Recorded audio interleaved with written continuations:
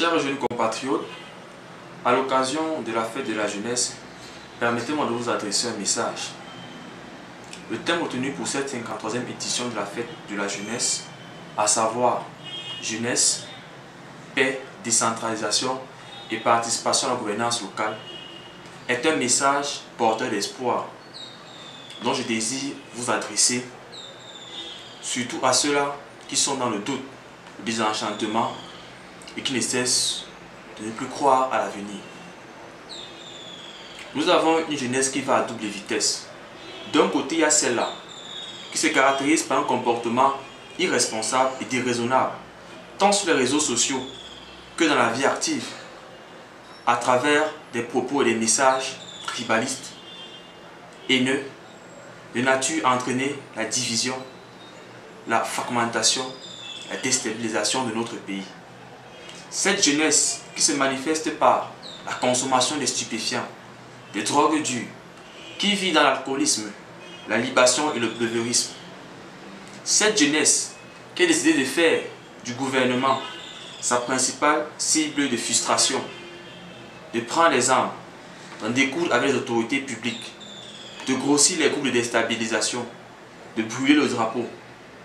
Cette jeunesse qui s'identifie de plus en plus par des violences en milieu scolaire.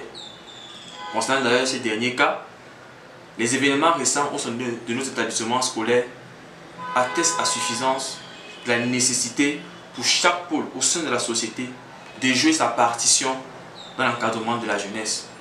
Je pense ici à l'État, à la famille, à l'école, aux médias et aux églises.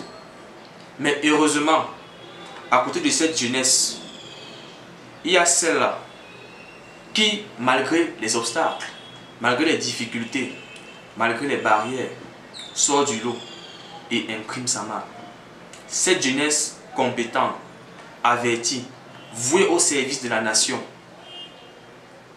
qui sacrifie le peu de son temps à sensibiliser les autres sur la nécessité de garder et de préserver l'unité et la paix dans notre pays.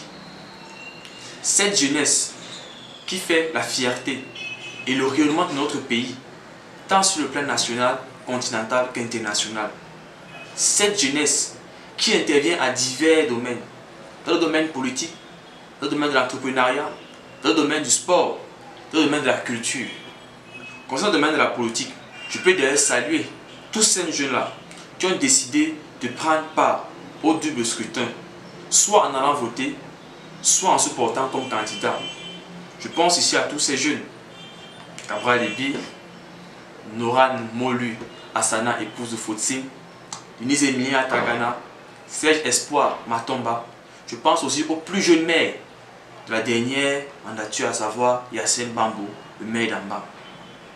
Dans le domaine de l'entrepreneuriat, ils sont nombreux, ces jeunes-là, qui œuvrent au quotidien pour la formation et qui, grâce à leur talent et savoir-faire, ont pu atteindre leurs objectifs.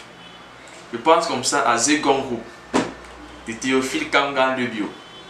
Je pense comme ça à Joël Dibabo, l'un des plus jeunes lauréats du concours Tony Elumelu Foundation. Dans le domaine du sport, nos compatriotes, grâce à leur talent et leur performance hors pair, ont propulsé notre pays dans les plus hautes cimes. Samuel Eto'o, Pascal Siakam, Joel Embiid, Chut Njoya Adiara. Autant d'exemples, autant de modèles à copier qui n'ont pas nécessairement eu besoin d'utiliser la violence pour s'affirmer, mais ont su apporter ou alors ont su mettre en exergue leur talent pour apporter leur contribution à la construction et à l'édification de notre nation. Nous sommes de plus en plus habitués à un passé qui nous retient, un présent qui nous inquiète et un futur que nous faisons de nommer et de regarder en face. Nous passons plus de temps à nous plaindre alors que des drames arrivent et surviennent au quotidien. Nous sommes de plus en plus habités par la peur dans nos cœurs. Nous voulons le changement sans vraiment le vouloir. La condition sine qua non pour atteindre la prospérité, pour faire émerger notre pays, le développer, le construire, le faire réussir se trouve dans l'action. Chacun d'entre nous porte les graines du développement et les gènes de la prospérité.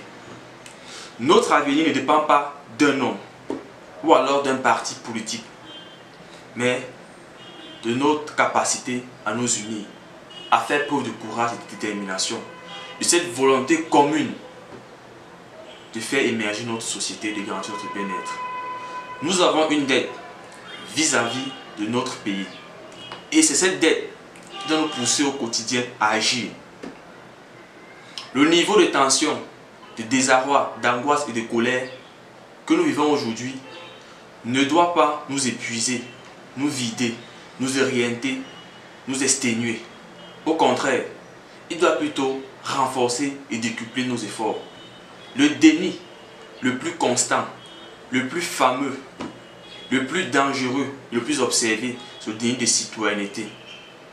Ainsi, au lendemain du double scrutin législatif et municipal auquel vous avez pris part, je vous invite, quel que soit le parti politique qui sera désigné au sein de votre circonscription administrative, quel que soit le verdict, mettons-nous près de nos élus, travaillons de concert, en parfaite symbiose, proposons des solutions, des alternatives dans l'intérêt de notre communauté et par ricochet celui du Cameroun.